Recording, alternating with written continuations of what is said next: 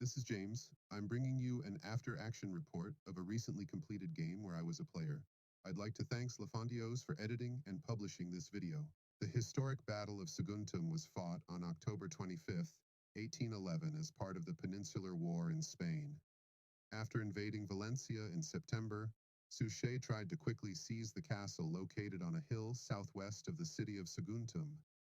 The castle garrison under Colonel Louis Gabriel repulsed two attacked and forced the French to lay siege. Blake led his Spanish army to lift the siege, but his poorly trained troops failed to achieve their goal. In this battle, the Spanish army under Captain General Joaquín Blake attempted to lift the siege of the Sagunto Castle. The sieging army was the Imperial French army of Aragon under Marshal Suchet. The Kriegsspiel game was hosted by umpire McPanzer. His game had an ahistorical twist in that the Spanish army was boosted by two British divisions, giving them a better hope for success. I played the role of Major General Sir John Campbell, commander of the 2nd Division. My division consisted of 1 foot battery, 2 squadrons of hussars, 2 brigades of 5 regiments, each including 1 grenadier battalion. Our army was arriving from the south. The terrain was hilly in the west and flat near the sea in the east. We suspected the French would deploy in a defensive formation close to the castle. Our plan involved sending the Spanish infantry straight up the main road, drawing French attention. The Spanish cavalry was to move on a flanking route through the coastal flatland.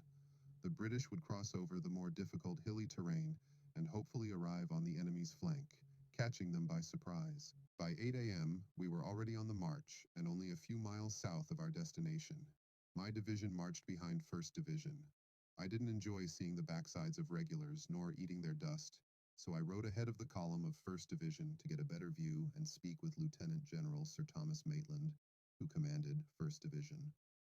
Blake, commander of the combined army, rode with us as well. It didn't take long before we ran into French hussars, scouting down the very dirt road we were traveling on.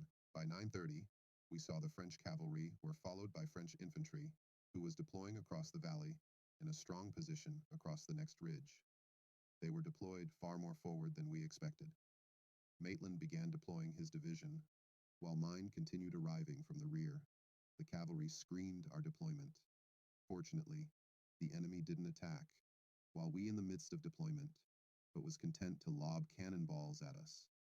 Blake left us to deploy and went east to see how the Spanish were doing. It took an hour more for my whole division to arrive and form up. I was worried the French would attack, but they seemed content to hold a defensive position. I was also worried they had troops hidden behind the ridge, but suspected they would have attacked earlier on had they felt confident in their numbers. Finally, Maitland and I were ready to attack. The enemy seemed fewer in number, but occupied a strong position. Regardless, we felt confident we could carry out a successful assault, and were excited to do so. As we headed east, French cavalry was spotted to our north. I ordered my hussars and 2 regiments to form square as a rear guard while the rest of my division raced eastwards. I ordered my lead regiments to immediately attack the enemy with bayonets, without changing formation as soon as they were found. As I left my beleaguered rear guard and raced east, I found the attack had already begun. My lead infantry had caught the French by surprise and slammed into their flanks while they were still engaged with the Spanish. The attack was a success, immediately routing 2 French regiments. The enemy hastily turned their guns westward to face my troops. Worried that the Spanish line was soon to break, I couldn't think of the lives of my men and ordered them to charge the guns. Blistering canister shot raked my men, killing many, as they rushed the guns. Ultimately, the mass of men was too much to overcome, and the French guns were captured. My actions brought a well-needed reprieve for the Spanish on their left flank, but they were not without cost. I was down to 3 tired regiments. I was tempted to continue the charge and rush the lone regiment in front of me, and then the broken and scattered French troops attempting to reform to my north. But I was worried that doing so would be too much to ask, and what little remained of my division would break. Instead, I decided to reform the lines, take over the captured guns, and give the men some rest. Meanwhile, I could see French cavalry marauding and harassing my broken troops in my rear to the west. I was very concerned about them attacking my last line from the rear and was annoyed the large Spanish cavalry force was nowhere to be seen. I later learned they were doing excellent work, but at the time I'd heard and seen nothing of them, and was angry the French cavalry could harass us so easily. The Spanish General Zayas and I coordinated to reform our lines and prepared for a new attack.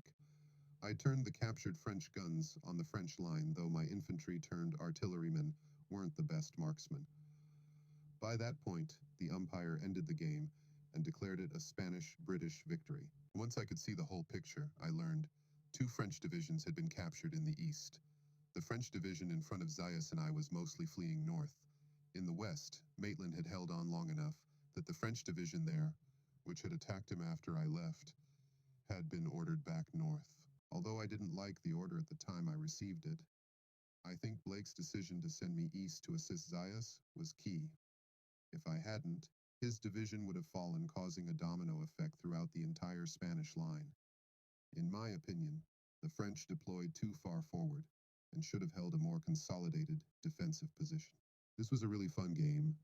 Thanks to McPanzer for umpiring it and to all my fellow players for participating. Hopefully you enjoyed watching my after-action report. See you on the Kriegsspiel board.